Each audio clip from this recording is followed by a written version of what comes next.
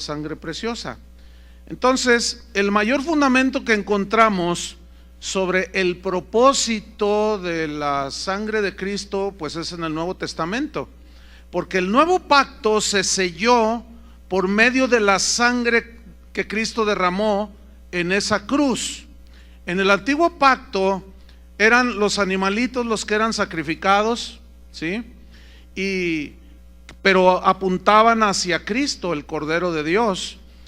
Y sobre de este asunto, de este punto, se han hecho muchas doctrinas erróneas sobre la sangre de Cristo, porque se alegoriza de una manera exagerada con la sangre de los sacrificios, o la práctica que hacían en el Antiguo Testamento, y se alegorizan y se quieren hacer una aplicación de prácticas rituales del Antiguo Testamento, se quieren aplicar al Nuevo Testamento, porque en el Antiguo Testamento rociaban la sangre, la derramaban de una manera simbólica, porque esos eran los ritos que decía la ley que debían de hacerse. Pero todo eso era sombra de lo que había de venir, o sea, Jesucristo. Por lo tanto, es erróneo hacer una aplicación literal en el cristianismo de hoy, que está bajo el nuevo pacto sellado con la sangre de Cristo. Es un error hacer una aplicación literal de los ritos del Antiguo Testamento, porque, repito, estos solo eran la sombra de lo que había de venir, es decir, Cristo morir en la cruz, derramar su sangre para perdón de nuestros pecados. Por consecuencia, alegorizar demasiado con la sangre de Cristo ha dado lugar a doctrinas muy extrañas, muy raras, totalmente antibíblicas. Por ejemplo, se le da un uso que raya en la superstición a la sangre de Cristo. Se le da un uso porque se le menciona como si fuera un conjuro. Un conjuro significa una orden. Eso es un conjuro, una orden.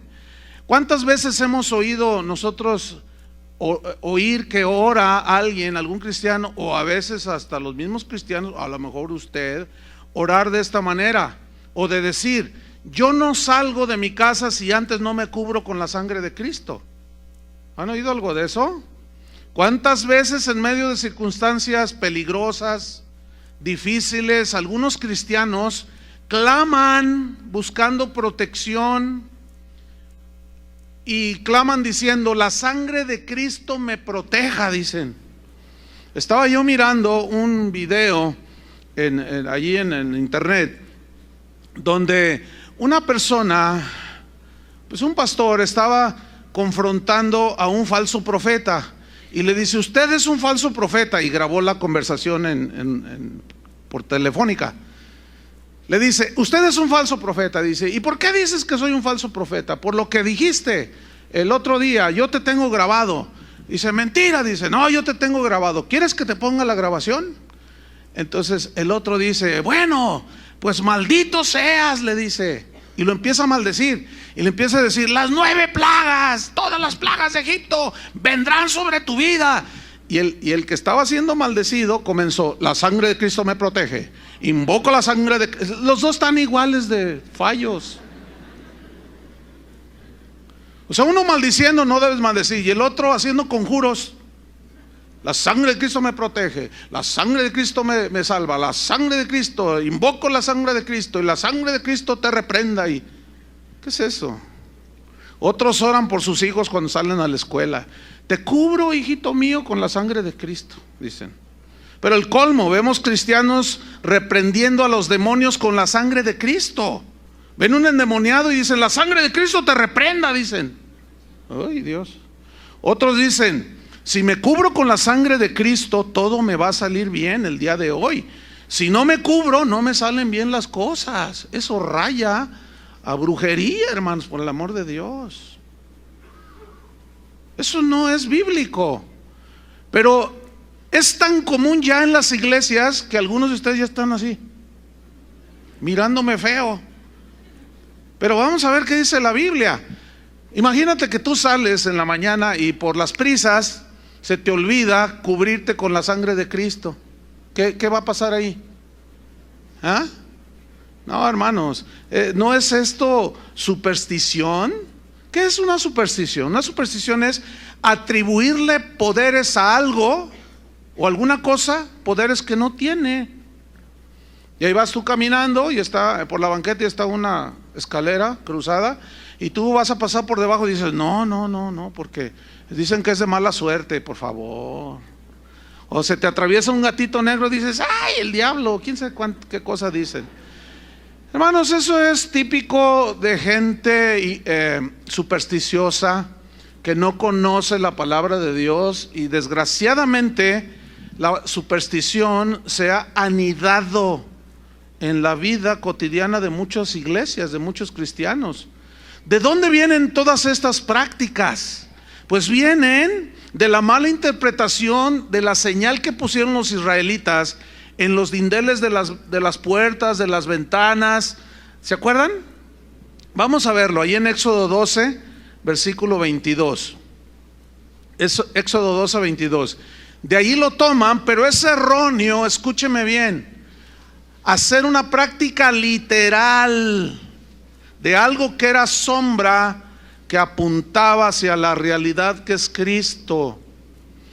Éxodo 12, 22. Entonces se alegoriza y se usa la sangre de Cristo de múltiples maneras.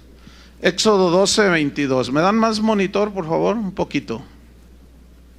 Dice así: y tomando un manojo de hisopo y mojadlo en la sangre que estará en un lebrillo, y untad el lindel y los 2 postes con la sangre que estará en el lebrillo, y ninguno de vosotros salga de las puertas de su casa hasta la mañana, porque Jehová pasará hiriendo a los egipcios, y cuando vea la sangre en el lindel y en los 2 postes, pasará Jehová aquella puerta y no dejará entrar al heridor en vuestras casas para herir. Ok, esa sangre que era untada previo sacrificio de animales inocentes, ¿a quién protegía? ¿A la casa o a los que estaban en la casa?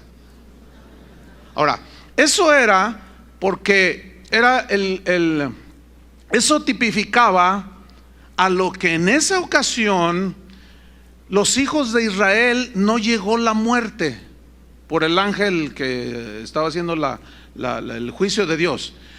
Pero eso tipifica, obviamente, el significado de esto era la protección de la muerte de los primogénitos, que apuntaba hacia la sangre de Cristo que nos liberaría de la muerte eterna en el infierno. Es decir, si usted está lavado con la sangre de Cristo, nada lo toca, porque ya está con el Señor, ya está limpiado, ya está justificado. En el Nuevo Testamento no hay un solo versículo, entiéndame bien, un solo texto que enseñe que la sangre de Cristo puede ser usada, fíjese el verbo, usada, como lo hacen hoy muchos cristianos. Nunca se ve en las Escrituras que la sangre de Cristo sea usada para protegernos del peligro. Me cubro con la sangre de Cristo, diciendo que me cubro del peligro, ¿verdad? La sangre me protege. Ni para reprender demonios, ni para orar por los enfermos, ni para cualquier otro propósito que no sea el perdón de nuestros pecados. No hay un solo versículo. Es decir, que usar la sangre del cordero de esa manera es darle una aplicación supersticiosa y que raya en la idolatría. ¿Por qué? Porque la Biblia no enseña nada al respecto. Repito, no hay un solo versículo que nos diga que invoquemos la sangre de Cristo, pero sí hay muchos versículos que hablan de que invoquemos el nombre del Señor. ¿Sí o no?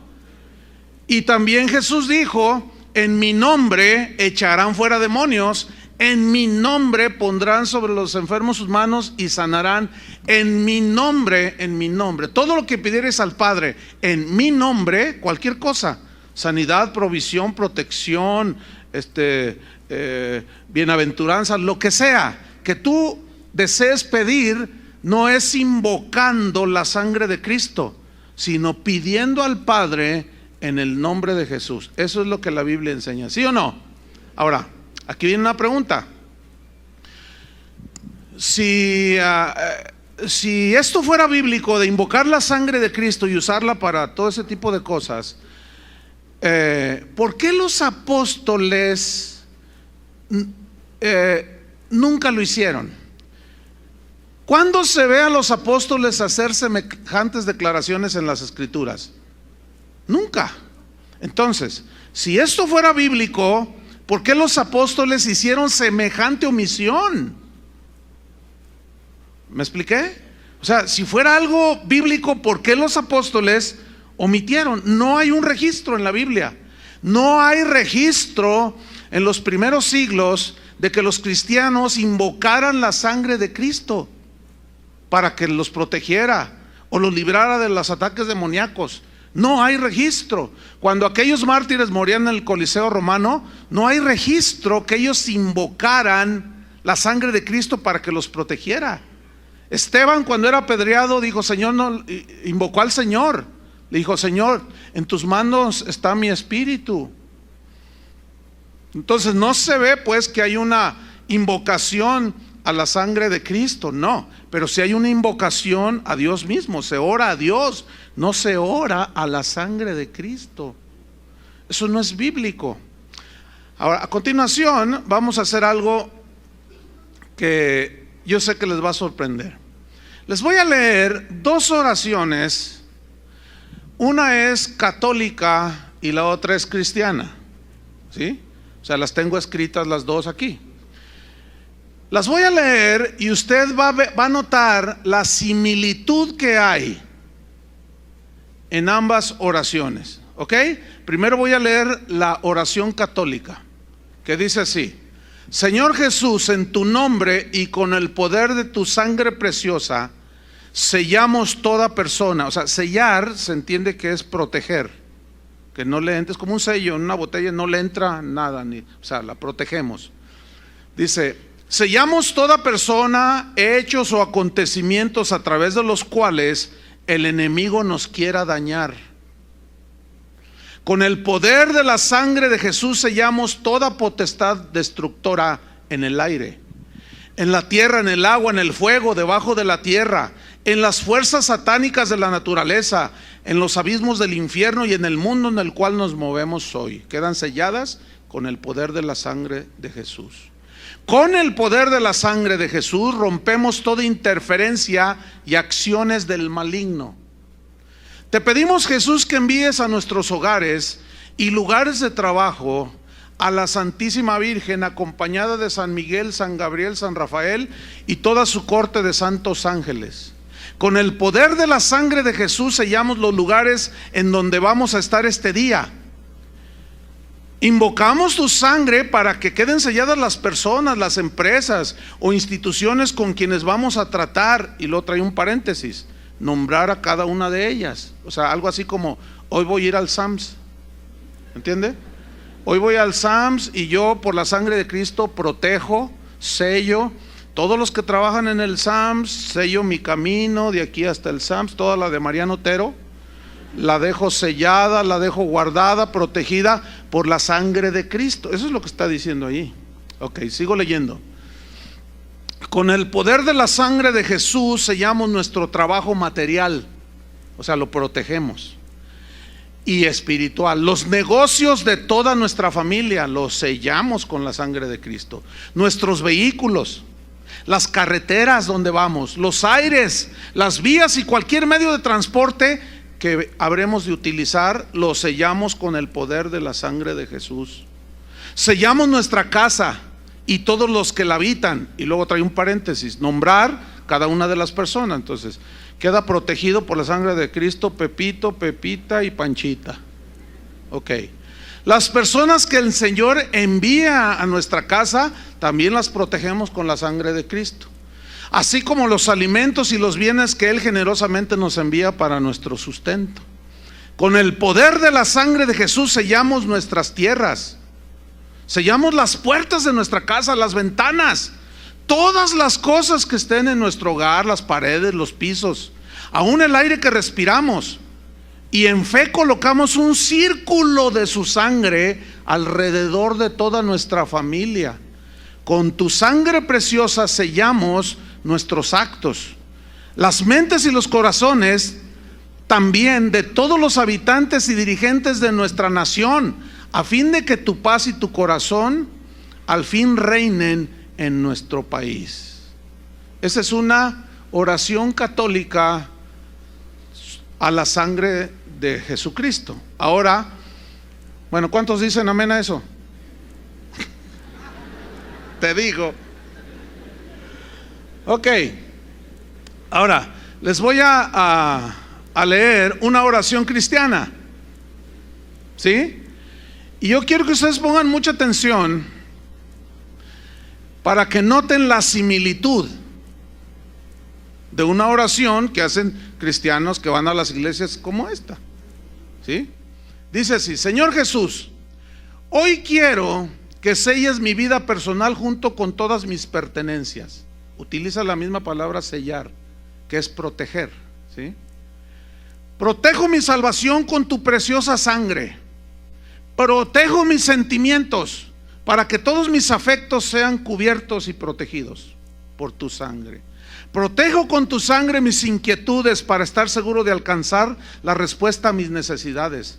Protejo mi corazón con la sangre de Cristo para que no entre ningún espíritu de rencor, de amargura, tristeza o de miedo. Yo protejo con tu sangre mi voluntad para que ésta esté presta siempre a hacer el bien. Protejo mi mente para que entren solo pensamientos que me permitan alcanzar el gozo, la paz y así poder vivir mejor.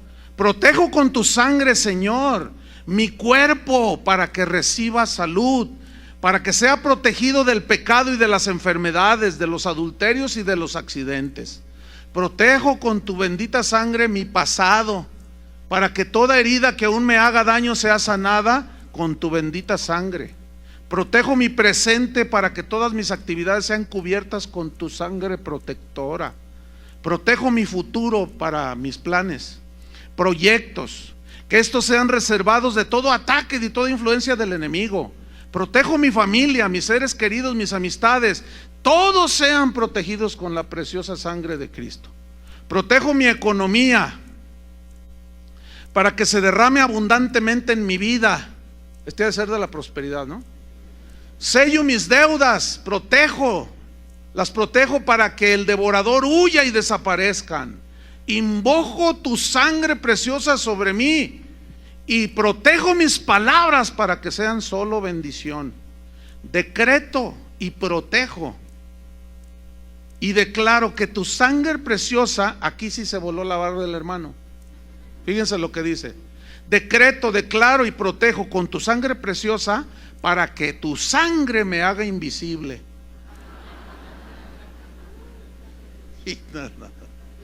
Increíble.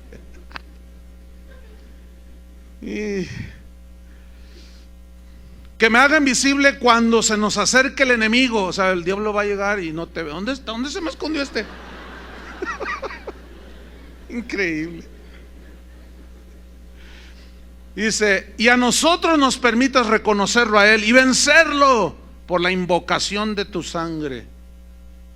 Declaro y protejo y sello con todo mi ser y me coloco bajo la protección de la sangre de Jesús para ser libre de toda acechanza del mal.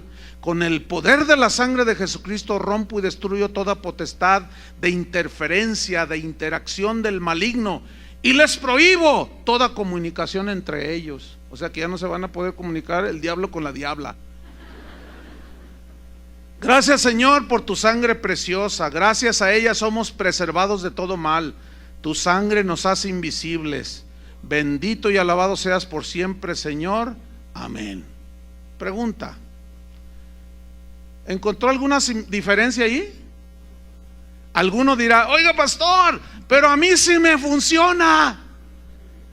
A mí me ha funcionado. Ok, le ha funcionado. Escuche bien lo que le voy a decir. Esta es la respuesta.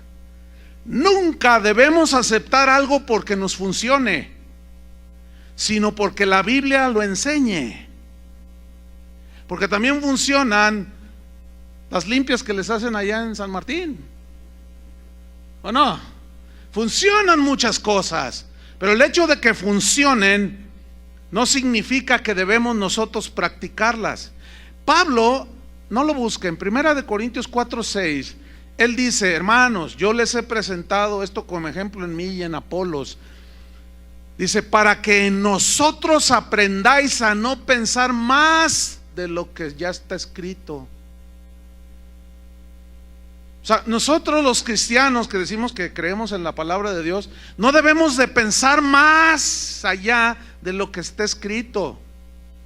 Pero a mí me funciona, sigue insistiendo ahí el hermano, ¿no? Ok, te funciona.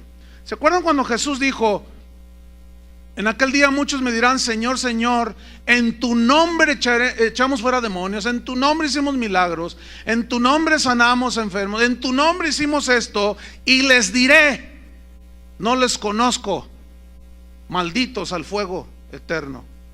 Pregunta: ¿les funcionó? Sí les funcionó. Pero ¿de qué les sirvió que les haya funcionado?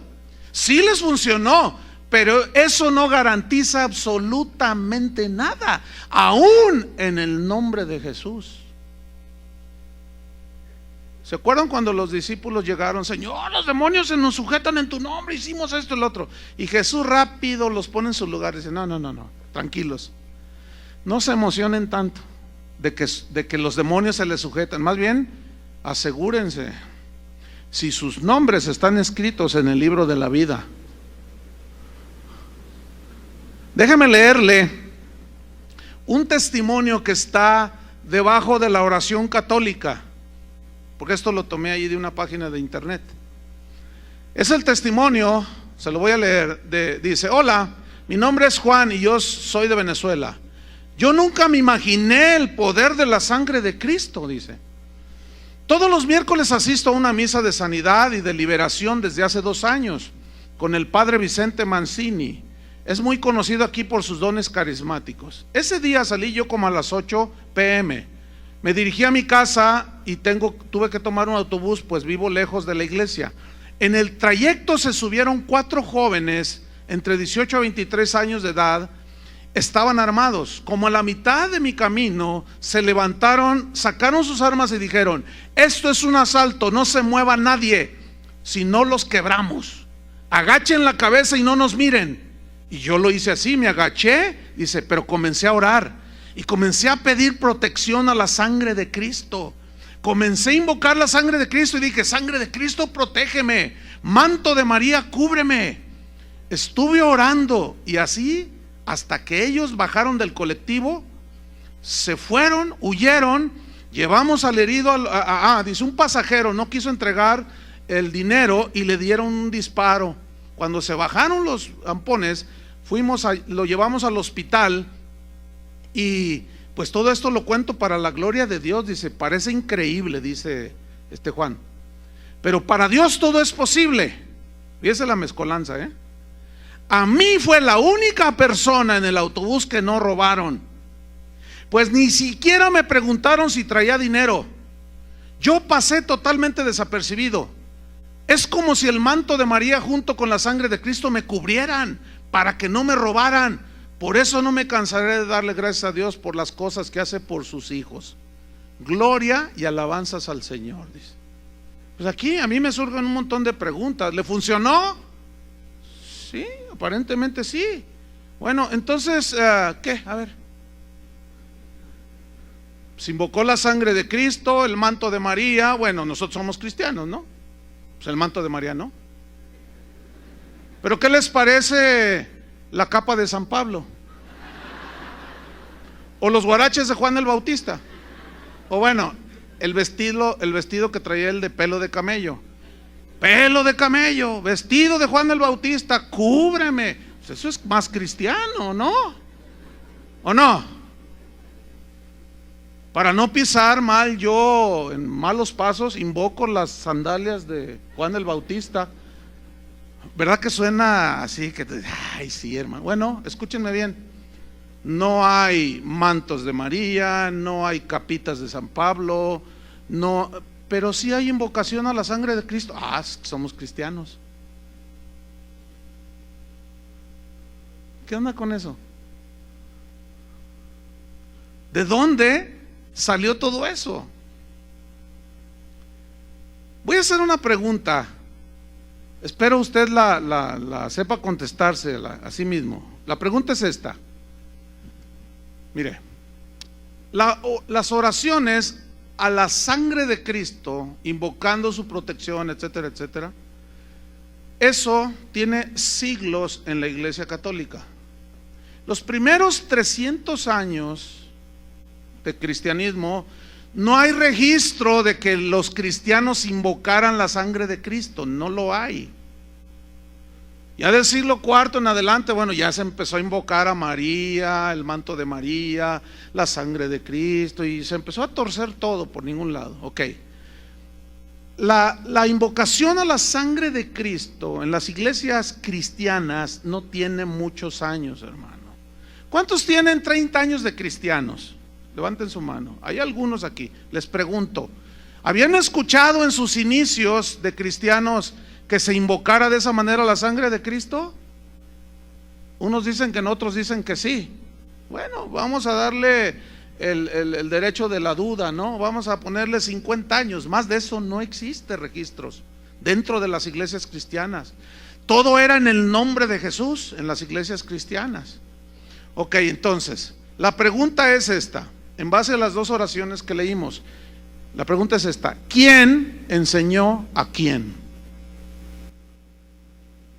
A ver, otra vez, porque ya lo expliqué, no puedo decirlo de nuevo.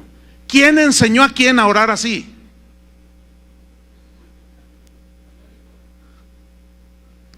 ¿Quién? ¿Qué pasó? ¿Cuándo se nos metió todo eso? ¿Cuándo? Pues un católico que medio se cristianizó y que como que se le ocurrió y que traía cosas, porque todos traemos cosas. Es como lo de algo que trae la gente muy arraigado, es que antes decían, no, pues el padre dijo, así haya dicho la peor aberración, no, el padre dijo, y ahora lo sustituyen, el pastor dijo. Hermano, no me crean a mí. Pues es el mismo asunto, nomás que ya cristianizado. ¿Sí? Entonces, ¿quién enseñó a quién? Pues un católico medio cristianizado, empezó a existir una iglesia, un pastor medio pues cristianizado, qué sé yo, y se les empezó a ocurrir de que hay que invocar la sangre de Cristo. No, mire usted, antes de que sus hijos, hermanos, cubran a sus hijos con la sangre de Cristo, lo está diciendo el pastor. Asumen que es verdadero, pero yo le quiero decir la verdad, hermano, esa es una falacia, es un error. La Biblia no enseña absolutamente nada sobre ese asunto. ¿Usted pudo discernir cuántos usos le dan a la preciosa sangre de Cristo en esas oraciones cristianas y católicas? Nosotros, los cristianos, se nos ha acusado, y con justa razón, de que nosotros somos juzgamos muy drásticamente a los católicos, los tachamos de ignorantes, criticamos, nos burlamos de todas sus prácticas babilónicas que tienen, de todo su paganismo que tienen ahí metido en todas sus prácticas, y les decimos, ay sí, ¿a poco el pan, la hostia se convierte en el cuerpo literal de Cristo? No, hombre, piénsale poquito. Entonces tú le explicas y el otro dice, ay, ¿de veras, verdad? No, hombre, no seas ignorante, idólatra. Pero nosotros, hermano, nosotros esparcimos la sangre de Cristo sobre todo tipo de objetos, sobre la ventana, la puerta, el carro, el niño, el perro, la casa del perro. Y cuando se trata de hacer guerra espiritual, no, hombre, la sangre de Cristo te reprenda. Dejamos a los demonios todos empapados de la sangre de Cristo. ¿Qué es eso? ¿Qué es eso? No, baldes, yo creo que está con manguera, no sé. Es que es impresionante, hermanos, cómo si nosotros no nos ponemos listos, se mete cualquier cantidad de cosas dentro de la iglesia. Algunos de ustedes me están viendo así como diciendo, yo los entiendo, están batallando toda su vida. Algunos de ustedes se protegieron y les funcionó, y algunos dicen, sí. Volvemos a lo mismo, ¿sí? Ahora fíjate, el único texto que citan los que creen en estas cosas es Apocalipsis 12:10. Vamos a leerlo. Apocalipsis 12, versículo 10. Y dice, no, espérame, pastor, la Biblia sí dice que se puede hacer eso con la sangre de Cristo. Y vamos a leerlo, porque este es el típico, como es el único versículo que habla más o menos, da a entender eso. Vamos a ver si realmente significa lo que algunos dicen que significa. Apocalipsis 12, versículo 10. ¿Ya lo tiene? Dice así: entonces oí una gran voz en el cielo que decía, ahora ha venido la salvación, el poder y el reino de nuestro Dios y la autoridad de su Cristo, porque ha sido lanzado fuera el acusador de nuestros hermanos. ¿Quién es el acusador? Satanás. Dice, el que los acusaba delante de nuestro Dios día y noche, y ellos le han vencido por medio de la sangre del Cordero y de la palabra del testimonio de ellos. E interpretan, ellos han vencido por medio de la sangre del Cordero, como que la sangre del Cordero los protegió, o sea, la reprendieron, como que usaron la sangre de Cristo, y parece como que dice eso, ¿verdad?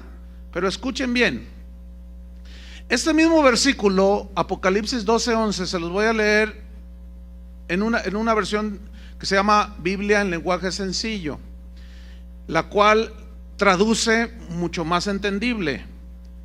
Dice, la muerte del Cordero y el mensaje anunciado han sido la derrota de Satanás.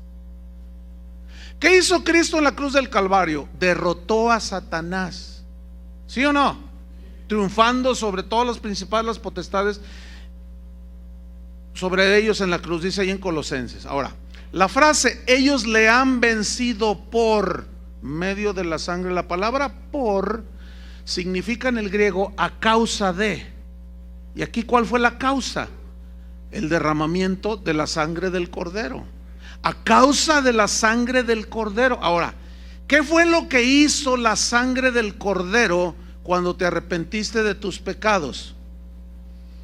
Te limpió tus pecados, ¿no es cierto?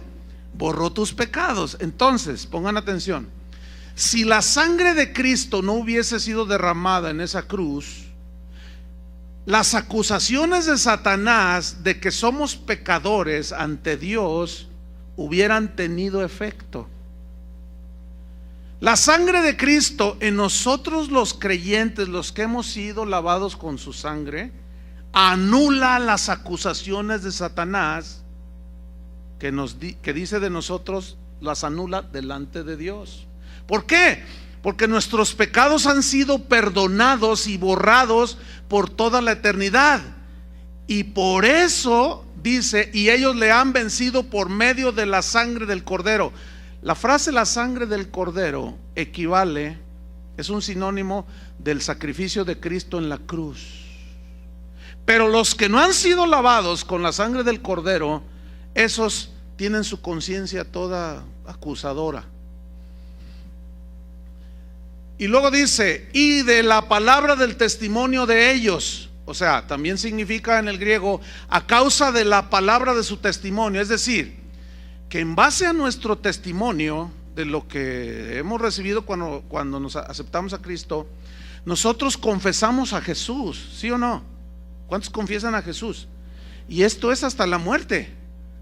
Y somos hechos vencedores. ¿Sobre qué? Sobre la muerte. La muerte ya nos enseñorea de nosotros, hermano. La muerte eterna ha sido vencida. ¿Cierto o no? Nosotros ahora, nuestro destino es la eternidad con Dios. Entonces, ahí se aplica. Pero déjeme decirle una cosa. Por eso nuestro cuerpo tiene que morir. Porque nuestro cuerpo físico tiene que morir para ser resucitado para que tenga la misma glorificación que tenía el cuerpo de Cristo. Es otra naturaleza, ¿sí? Ya del cuerpo resucitado, glorificado. Entonces, ahí es donde Pablo dice a los corintios, que le dice de una manera alegórica a la muerte: oh muerte, ¿dónde está tu aguijón? Oh sepulcro, ¿dónde está tu victoria? Y Pablo dice: nada nos separará del amor de Cristo, ni tribulación, ni angustia, ni persecución, ni la muerte, ni la vida, ni ángeles, ni principados, ni potestad. Antes, en todas estas cosas, ¿qué somos? Más que vencedores por medio de aquel que nos amó. ¿Cómo demostró su amor? Muriendo por nosotros. Eso significa, hermanos, le han vencido por la sangre del Cordero. No hay ningún forzamiento al texto, todo encuadra perfectamente con el contexto general de las Escrituras respecto al sacrificio de Cristo. Déjeme hacerle una paráfrasis de este versículo de Apocalipsis. Ellos le han vencido por medio de la muerte de Cristo en la cruz, o sea, el acusador, porque sus pecados han sido lavados por esa sangre que Cristo derramó, y Satanás, por lo tanto, no puede acusarlos ni dañarlos, puesto que estos han saldado su deuda con Dios. ¿Entendieron? Pero entonces viene otra pregunta aquí: ¿qué significado tiene entonces la sangre de Cristo? Bueno, escúcheme bien. La sangre de Cristo, ponga atención, no fue derramada para ser usada. No, la sangre de Jesús fue derramada con propósitos. O sea, ¿para qué fue derramada? Para esto, no para ser usada con protejo mi casa. Sangre de Cristo, cubro con la sangre de mi carro nuevo, pues es del año, hay que cubrirlo, ese es mi seguro, ¿verdad? No me pasará. No.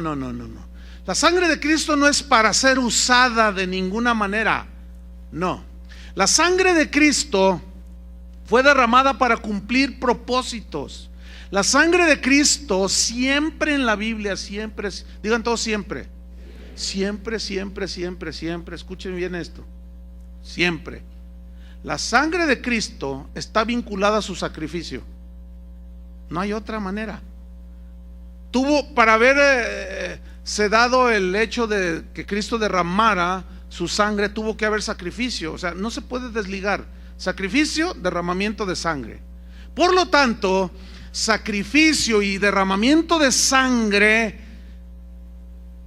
cumplen los propósitos para los cuales fue derramada, que son, entre otros, redención, salvación, reconciliación con Dios, purificación, limpieza de nuestra conciencia, limpieza de nuestros pecados. Vamos a ver algunos ejemplos en la Biblia de los propósitos por los cuales la sangre de Cristo fue derramada. Repito, no fue para ser usada como conjuro. Vamos a Efesios 1:5. Repito, siempre la sangre de Cristo estará relacionada con el perdón de nuestros pecados. Siempre. Efesios 1:5 al 7. ¿Ya lo tiene? Dice así: en amor, habiéndonos predestinado para ser adoptados hijos suyos por medio de Jesucristo, según el puro afecto de su voluntad, para alabanza de la gloria de su gracia, con la cual nos hizo aceptables en el amado, o sea, en Jesús. Versículo 7: en quien tenemos redención por su sangre, el perdón de pecados según las riquezas de su gracia. ¿Qué versículo? Está así medio complicado tal vez para algunos. Dice, en quien tenemos redención. Esa palabra redención, por su sangre. La palabra redención es una palabra que usaban, que significa pagar un precio, pagar un rescate. Eso significa redención. Y esta palabra se usaba cuando gente buena iba a los mercados de los esclavos y compraba esclavos. En aquel tiempo así se usaba. Entonces llegaba un hombre rico y bueno y compraba 20 esclavos. ¿Cuánto por estos? Tanto. Entonces pagaba, se los llevaba a su hacienda y les decía: miren, ¿saben una cosa? A mí no me interesa tener esclavos, yo les doy la libertad, yo ya pagué el precio por su libertad, vayan y disfruten su libertad. Bueno, esa palabra redención, Pablo la rescató para hacer una aplicación a lo que Cristo hizo por nosotros en la cruz. O sea, la palabra redención no es una palabra eminentemente religiosa. ¿Me expliqué? No tiene su significado literal, ya lo expliqué. Entonces dice aquí: en quien tenemos el pago de nuestra libertad. ¿Y ese pago qué fue? Dice Pedro en su primera carta que nosotros fuimos rescatados de nuestra vana manera de vivir, pero no con oro o plata, sino con la sangre preciosa de Cristo. ¿Cuál fue el precio que Cristo pagó de nuestro rescate? La sangre de Cristo. ¿Para qué? Dice: para el perdón de pecados. Ese para habla del propósito por el cual tuvo que derramar su sangre. Ahora, ¿por qué la sangre? Según la Biblia y también la ciencia corroboran que cuando un bebé es concebido en el vientre de la madre, reproduce los genes de ambos, del padre y de la madre. Eso es un hecho científico. Bien. Pero también la Biblia dice, por otra parte, ahí en Romanos: por cuanto todos pecaron, así la muerte pasó a todos los hombres, por cuanto todos pecaron. Ese verbo pasó, o esa palabra pasó, significa se transmitió. ¿Qué se transmitió? La inclinación a pecar, la naturaleza pecaminosa. San Agustín lo llamó el pecado original. O sea, ya nacemos con la tendencia hacia lo malo. Por eso es que a los niños no se les enseña a hacer lo malo, sino lo bueno, porque lo malo lo hacen por naturaleza. Ahora, Jesús tuvo que haber sido concebido de una manera sobrenatural, no por relaciones de un hombre, de José con María. ¿Por qué? ¿Cómo fue esto? Ahí es donde interviene el Espíritu Santo de Dios. Dice que vino el Espíritu Santo sobre María y le dijo, y el ángel le anunció, ¿verdad? El santo ser que nacerá será llamado Hijo del Altísimo. ¿Qué fue lo que hizo el Espíritu Santo? Escuchen bien: puso la semilla. En el original dice que puso el semen, no que Dios es hombre, porque son palabras que se usan así para que nosotros podamos entender, porque Dios no es hombre. Pero puso la semilla en el vientre de María, por lo cual Jesús no iba a tener sangre contaminada con el pecado. ¿Me entendió? Por eso, fíjese, desde el Génesis hasta el Apocalipsis, siempre desde el Génesis, cuando Dios cubrió a Adán y a Eva con aquellas pieles de animales que Dios mismo tuvo que sacrificar para cubrirlos, ya estaba hablando del sacrificio de Cristo. ¿Me está entendiendo? Corren los años, llegamos al tiempo del Éxodo. Sacrifican un cordero, el cordero de la Pascua. ¿Quién es el cordero de Dios que quita el pecado del mundo? Jesucristo. Entonces, por eso es que la sangre de Cristo, al no ser contaminada con pecado, es la única que nos puede limpiar. La sangre de los animales, de los sacrificios del Antiguo Testamento, no borraban los pecados, nada más los cubría.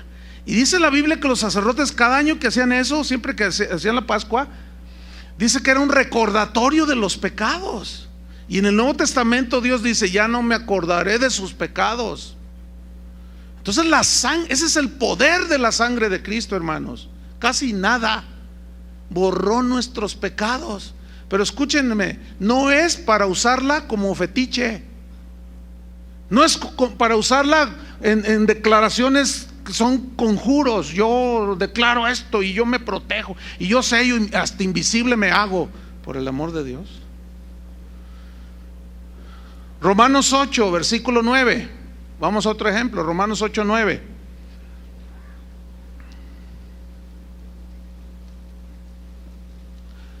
Dice así. Acuérdense que estamos viendo el punto de que siempre que la Biblia habla sobre la sangre de Cristo, siempre va en relación con el perdón de nuestros pecados. Siempre. No hay otra mención de nada en la Biblia. Ok, Romanos 5:8. Mas Dios muestra su amor para con nosotros en que siendo aún pecadores, Cristo murió por nosotros. ¿Cuántos le dan gracias por eso? ¿De verdad? Yo sí le doy gracias con todo mi corazón. Versículo 9.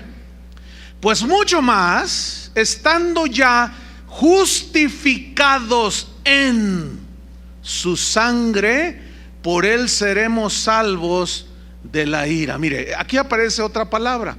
Aquello fue redención, pagó el rescate. Aquí aparece justificados.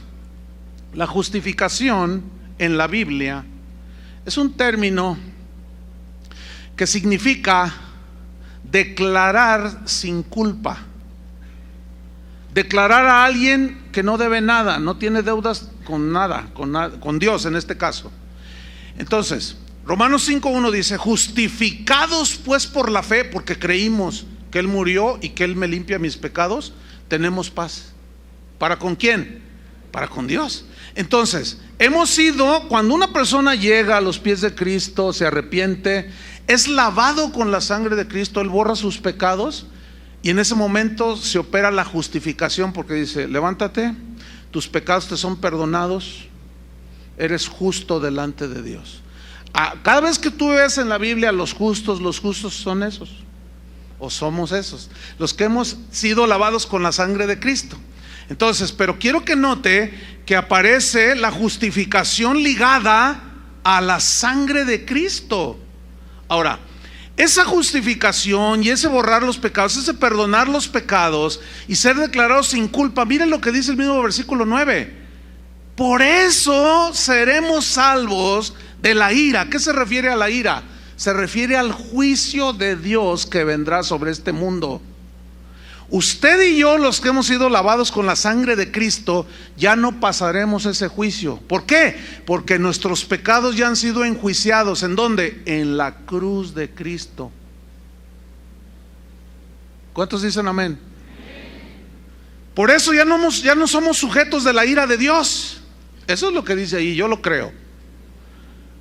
Entonces noten que cuando aparece la sangre de Cristo en la Biblia, no es para que la usemos como usamos una camisa o unos zapatos, que le demos diferentes usos. No es un artículo multiusos la sangre de Cristo. No, es con propósitos que Dios determinó, y esos propósitos siempre los menciona la Biblia en referencia al resultado que tiene alguien cuando cree en Cristo. Otro versículo, Efesios 2:12. Efesios 2:12 y 13. Dice así: en aquel tiempo estabais sin Cristo, alejados de la ciudadanía de Israel y ajenos a los pactos de la promesa, sin esperanza y sin Dios en el mundo. Qué terrible condición. Así estábamos, sin esperanza y sin Dios en el mundo, viviendo como el Bambi o como el Bobby, ¿verdad? Versículo 13: pero ahora en Cristo Jesús, vosotros, o sea, los gentiles, o sea, nosotros, que en otro tiempo estabais lejos, habéis sido hechos cercanos por la sangre de Cristo. ¿Cercanos a quién, hermanos? A Dios y a las promesas, y ahora somos parte del pueblo de Dios. Pero ¿qué fue lo que nos acercó? La sangre de Cristo. ¿Por qué? Porque esa sangre, al limpiarnos, pudimos ir cara a cara con Dios y hablar y tener comunión con Cristo.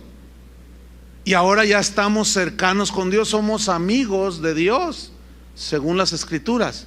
Pero ¿qué fue lo que nos acercó? La sangre de Cristo, cuando nos borró por los pecados. ¿Por qué? Porque Dios no concilia con el pecado, porque Dios rechaza el pecado. Y en Cristo Jesús, toda la condenación por los pecados que nosotros merecíamos llevar, lo llevó Cristo Jesús en su cuerpo. Él se hizo pecado para que nosotros fuésemos hechos justicia de Dios en Cristo. ¿Cuántos le dan gracias por eso? Eso es algo maravilloso, hermano. Es algo maravilloso. ¿Has oído a la gente cuando tú le compartes y le dices, no, pues es que Dios me habló? Y te dice, ay, sí, Dios te habló. Ja, ja, ja, ja. Se burlan, ¿no? Dice, el único que habla con Dios es el Papa, dicen. Puras papas, dicen, ¿no? O sea, se les hace algo, ay, ¿a poco tú hablas con Dios? Pues sí, fíjate, ¿cómo lo ves? Sí. ¿Y en base acá? ¿En base a qué o qué? ¿De qué privilegios gozas que tú hablas con Dios? Pues no es un privilegio, es un privilegio, pero no es algo que yo me gané, sino es algo que Él me regaló porque creí que Él murió por mí, su sangre me limpió, me justificó, pagó el rescate. Yo merecía irme al infierno, pero Él fue y me compró y me rescató, me justificó, me hizo libre, me acercó a Él y por eso ahora es mi Padre, es mi papá. Entonces yo cada vez que tengo una necesidad voy con Él cara a cara y le digo, Padre, fíjate que así y así y así, así. Padre, fíjate que pues me corrieron del trabajo. ¿Ya te diste cuenta, verdad, Señor? Y el Señor te dice, sí, pero no te preocupes, tú confía en mí. Entonces tú hablas con Dios, porque eso es orar, hablar con Dios. Nos hizo cercanos. ¿Cuántos están cercanos a Dios? Qué tremendo. Hebreos 9:13. Mire, ahí está otro. Hebreos 9:13 al 14, 13 y 14. No, Hebreos 9, 13 y 14. Aquí, en estos par de versículos, el escritor de la carta a los Hebreos hace la comparación de los alcances que tenía la sangre de los animales y hace una comparación versus o contra el alcance y el poder que tiene la sangre de Cristo. ¿Sí? Ok, vamos a leer Hebreos 9:13. Porque si la sangre de los toros y de los machos cabríos que se ofrecían en el sacrificio y las cenizas de la becerra rociadas a los inmundos, o sea, a los pecadores, porque ¿se acuerdan que leímos que desde la Pascua que Dios instituyó con Moisés allá en Egipto, ellos tomaban hisopo, que era una rama, sacrificaban el animal, lo depositaban la sangre en un lebrillo, mojaban el hisopo, la rama, y la rociaban así, la lanzaban. ¿Se ha fijado lo de la agüita bendita? O sea, no, es en serio, de allí viene. O sea, fíjese, o sea, que el rociar. Entonces se hace una aplicación de algo que no tiene ya aplicación en el Nuevo Testamento. Entonces el sacerdote rociaba, y simbólicamente rociaba a los inmundos, dice. Entonces simbólicamente los pecados eran cubiertos, pero permanecían en la gente. ¿Por qué? Porque la sangre de los animales no tienen poder para borrarlos, pero esa sangre apuntaba hacia ¿cuál sangre? La sangre de Cristo. Entonces sigo leyendo. Si la sangre de los toros, de los machos cabríos, las cenizas de la becerra rociadas a los inmundos santifican para la purificación de la carne, versículo 14, ¿cuánto más qué? La sangre de Cristo. Ponga atención. El cual, o sea, Cristo, mediante el Espíritu Eterno se ofreció a sí mismo sin mancha a Dios, limpiará vuestras conciencias de obras muertas para que sirváis al Dios vivo. ¿Qué hizo la sangre de Cristo? Pagó el rescate, nos justificó, ¿cierto? Borró nuestros pecados, pero limpió nuestra conciencia. ¿Cómo está su conciencia? ¿Usted puede dormir tranquilo? Yo sí. ¿Por qué? Porque yo no tengo deudas con Dios. Ahora, bueno, no quiero tocar este punto hasta el siguiente versículo, para no adelantarme un poco. Pero este versículo 14 Se lo voy a leer en la versión Palabra de Dios para Todos. Dice: pero la sangre de Cristo puede hacer muchísimo más que la sangre de los animales. Dice: se ofreció Cristo a Dios como un sacrificio perfecto por el Espíritu eterno. Su sangre purifica nuestra conciencia del mal que hicimos, para que de esta manera podamos ahora servir al Dios vivo. ¿Lo entendieron? O sea, la sangre de Cristo nos libera ya, después de haber borrado nuestros pecados, de la culpabilidad. ¿Saben que los psicólogos, algunos me dicen, tú duro con los psicólogos? Bueno, lo que pasa es que los psicólogos tienen unas aseveraciones totalmente antibíblicas, como yo lo he demostrado. Algunos dicen, hay un mal que aqueja a la humanidad, dicen los psicólogos, y es ese sentido de culpabilidad que tienen. Dice, pero no hagan caso, ese es un mal que todos tenemos. Por lo tanto, no haga caso de la culpabilidad. Viva la vida. Y la gente sigue culpable. ¿Por qué? Porque su conciencia lo acusa. Entonces va el psicólogo o la persona que necesita el consejo del psicólogo, porque se metió con la secretaria. Entonces el matrimonio ya anda trastabillando, los hijos ya no le quieren saludar al papá, entonces ya anda todo confuso, el negocio se le empieza a venir abajo y va a parar al psicólogo. Entonces, es que fíjese que hice algo que no debí de haber hecho. No te preocupes, compadre, eso a cualquiera le pasa. Mira, para que te olvides de eso, lánzate unas vacacioncitas a Puerto Vallarta.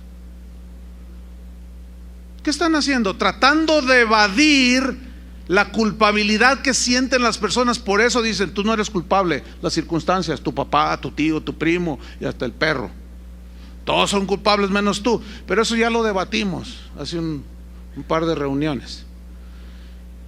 Y precisamente la obsesión de los psicólogos porque la gente no sienta culpabilidad confirma que el ser humano se siente culpable por sus pecados. Pero esa culpabilidad, esa condenación se va. ¿Cuándo, mis estimados oyentes? ¿Cuándo? Cuando la sangre de Cristo limpia tus pecados. ¿Cuántos le dan gracias a Dios por eso? ¿Cuánto más, dice, la sangre de Cristo limpiará sus conciencias de todo lo malo que hicieron, para que ahora puedan servir al Dios vivo?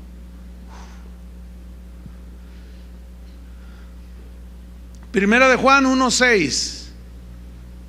Primera de Juan 1:6.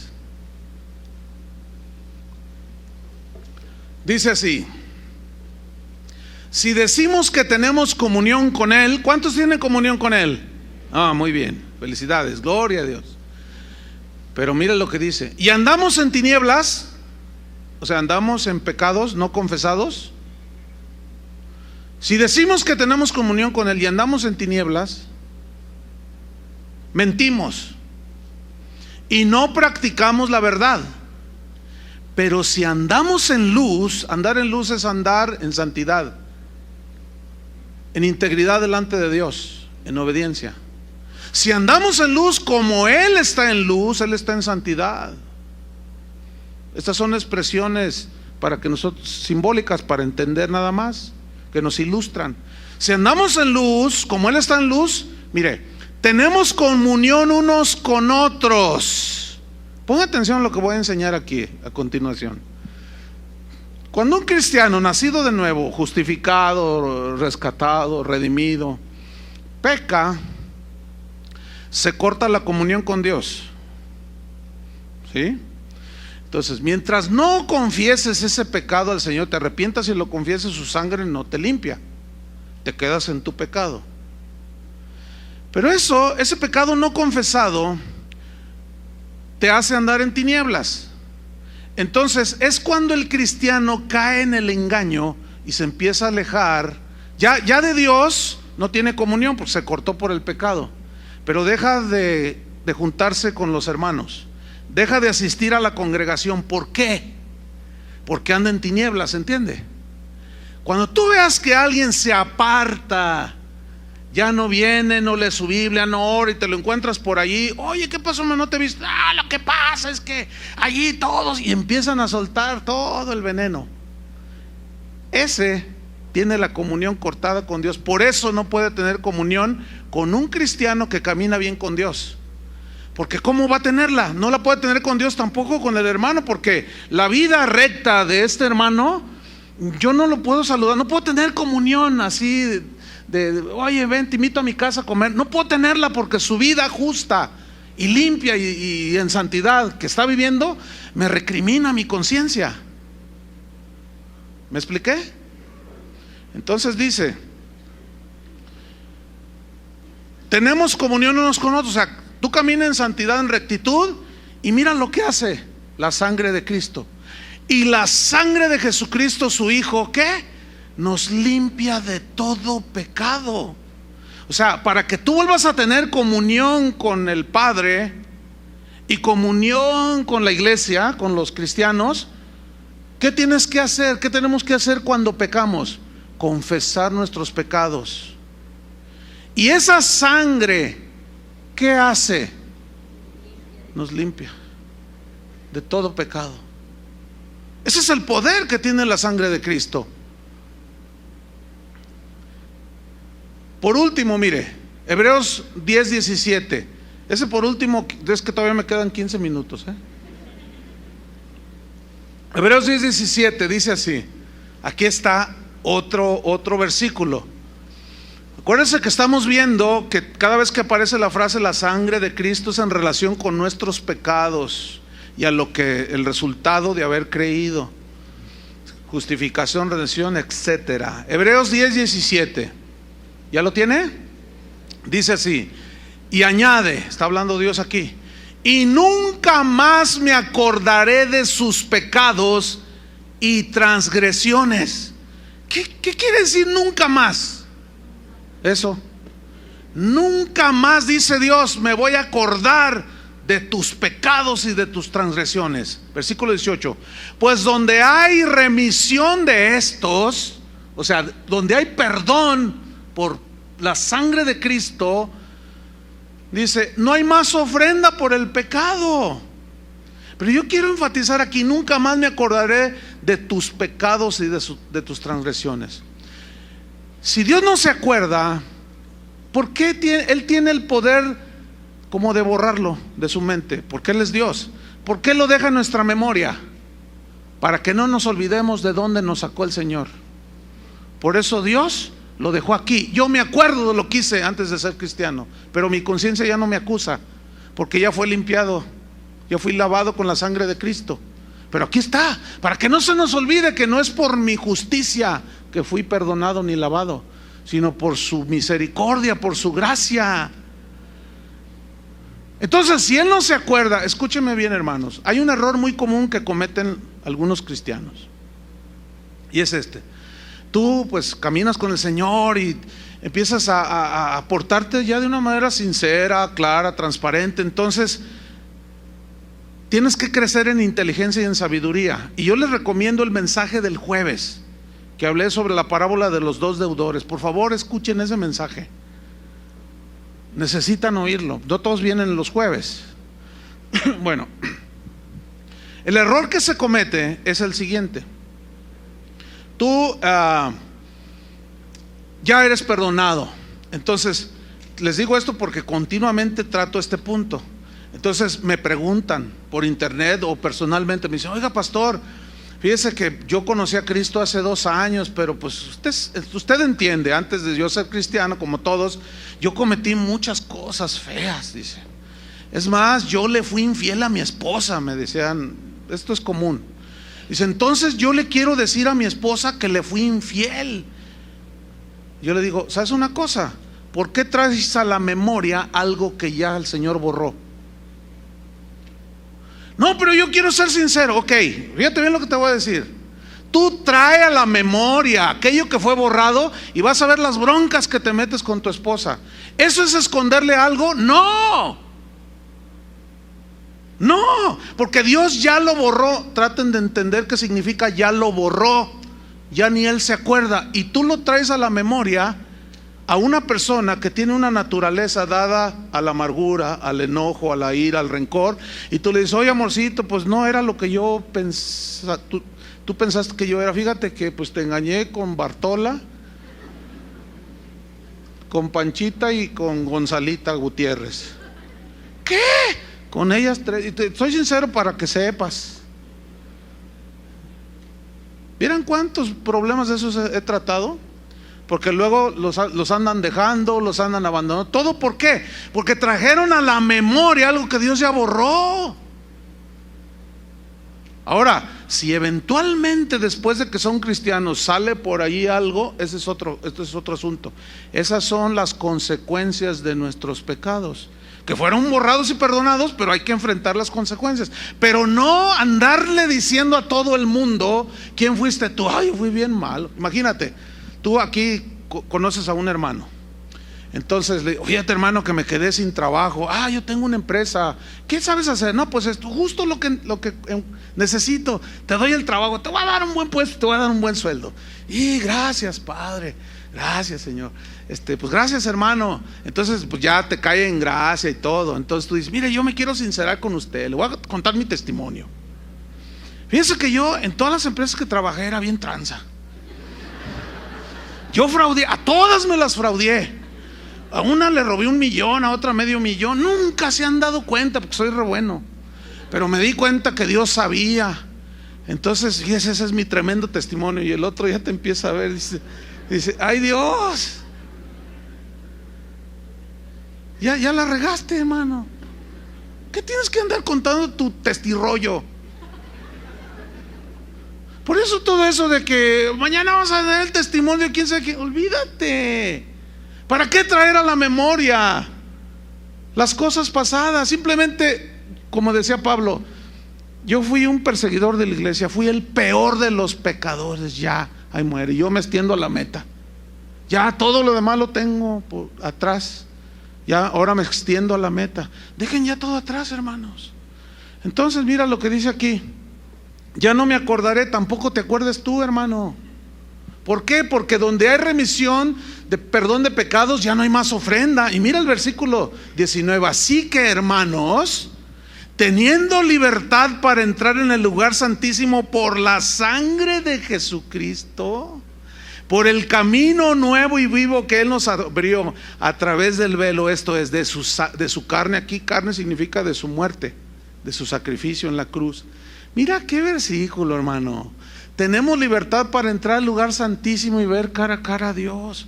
Pero esto fue ¿por qué? ¿Por nuestro mérito? Por la sangre de Cristo. Acuérdense que el sacerdote en el Antiguo Testamento entraba una vez al año al lugar santísimo donde estaba el arca. Pero antes se bañaba, se cambiaba vestiduras limpias, se rociaba con la sangre también de los animales y tenía que estar santificado, porque si entraba delante del arca en pecado, ahí caía fulminado. Y todo eso tipificaba lo que hoy nosotros los cristianos vivimos, hermano. ¿Entendieron? Ahora la sangre de Cristo, por haber creído, hemos sido justificados, redimidos, nuestra conciencia está limpia. Entonces, en cualquier momento donde estemos, podemos orar al Padre y entrar en el lugar santísimo. Es decir, podemos hablarle a Dios cara a cara y decirle: Padre, estoy en esta prueba, fortaléceme. Señor, te pido por mi hijito, está enfermo. Entonces tú le vas y le pones las manos y oras por él en el nombre de Jesús. ¿Verdad? En las mañanas cuando llevas a tus hijitos a la escuela: a ver, niños, vengan. Padre, en el nombre de Jesús, bendice este día, Señor. Nos encomendamos a ti. ¿Verdad? Que tu Espíritu Santo nos guíe en el nombre de Jesús, guárdanos, etcétera, etcétera. Y tú ya cada día, a la hora que quieras, puedas entrar en el lugar santísimo. Pero entonces, a fin de cuentas, y me quedan unos minutos, ¿cuál es entonces la manera en que somos protegidos? ¿Por conjuros? No, por Dios mismo, hermanos. Esto está en toda la Biblia. La invocación era a Dios. Por ejemplo, en el Salmo 28:7 dice: Jehová es mi fortaleza y mi escudo. Mi fortaleza habla de una barda alta, una construcción alta. Eso como de un castillo. Y escudo, ¿qué les da la idea de un escudo? De protección, ¿no? A mí me llama la atención, porque en Efesios 6:10, no tienen que buscarlo, donde habla de la armadura de Dios, calzados con el evangelio, ceñidos vuestros lomos con la coraza de justicia, con el cinto de la verdad, el casco de la salvación, sobre todo tomad el escudo de la fe con la que podáis apagar los dardos de fuego del enemigo, y sobre todo tomad la espada del Espíritu, que es la palabra de Dios. A mí me llama la atención, ¿por qué no dice la sangre de Cristo como arma? Porque no es un arma, por el amor de Dios, no es un arma. Entonces, ¿qué es lo que cómo resistió Jesús a Satanás? Con la palabra, con la fe, el escudo de la fe. Pero es Dios mismo el que nos protege. Mira, en el Salmo 119, 114 dice: mi escondedero y mi escudo eres tú, mi escondedero. Esa palabra escondedero habla de un lugar de refugio, de un lugar que te protege. Por ejemplo, tú andas en las montañas nevadas y de pronto se viene una avalancha. Entonces a 50 metros delante de ti, pues viene a medio kilómetro la avalancha a 300 kilómetros por hora. Entonces está una roca de 6 metros de alto, enorme. Entonces si tú corres hacia atrás no te va a alcanzar la avalancha, pero si corres hacia esa roca, tú te pegas a la roca y te afirmas en él, y la avalancha golpea, ni siquiera se mueve la roca. Esa es la idea aquí, de una roca. ¿Quién es la roca? Cristo, que nos protege. ¿Quién es el que nos protege? Cristo. Jesús dijo: nadie los arrebatará de mi mano. ¿No dijo eso? Yo estoy con vosotros todos los días hasta el fin del mundo. No tengan temor, yo estoy con vosotros. En el Salmo número 91 dice: el que habita al abrigo del Altísimo, ¿qué? Morará bajo la sombra del Omnipotente. Morar bajo su sombra es morar bajo el Todopoderoso. Imagínate nada más. ¿Quién es el que nos protege? Dios, pero nosotros tenemos que estar bajo Él, no con conjuros ni nada de eso.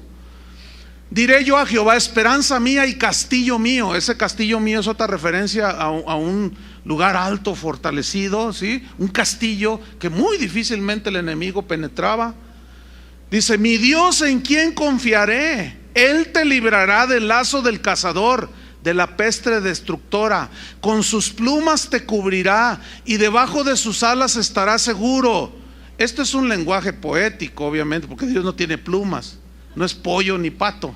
Entonces, digo, porque luego algunos hermanos dicen: no, hermano, ¿qué? No, ese es un lenguaje poético que habla como cuando Jesús dijo: ¿cuántas veces quise juntarlos como la gallina junta sus polluelos para protegerlos, ¿no? Bajo sus alas. Habla de protección y es un lenguaje hermoso, poético. Pero luego dice, versículo 5: no temerás el terror nocturno.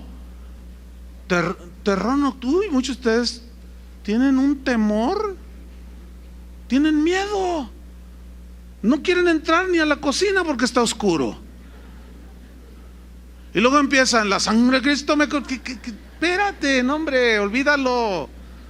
No, la Biblia dice que el que tiene temor no ha sido perfeccionado en Dios, porque Dios es amor.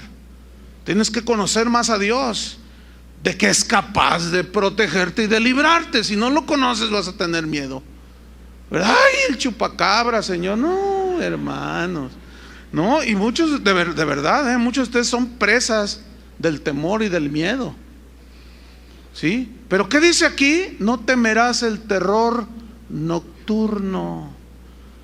Pues que ahí anda la llorona. Bueno, pues nomás dile que le baje porque me puede despertar.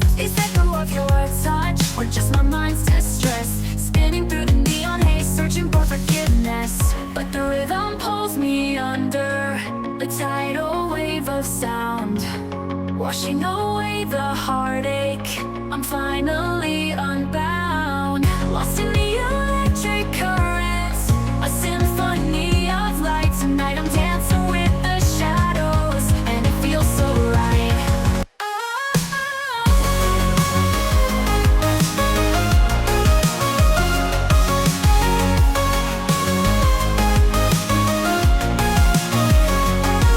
Distorted reflections in the chrome and steel, a million faces, yet I still don't feel real. Chasing after something I can't define. and time. This feeling's caught inside my chest, a kaleidoscope of doubt, I haven't found my rest.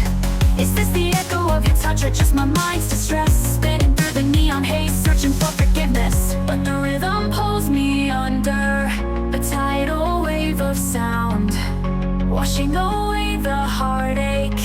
I'm finally unbound, lost in the electric currents, a symphony of light. Tonight I'm dancing with the shadows, and it feels so right.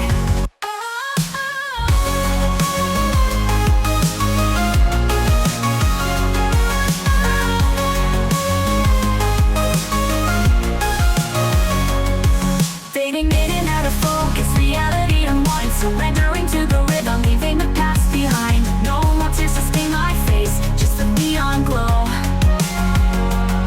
In this electric sanctuary, finally let go.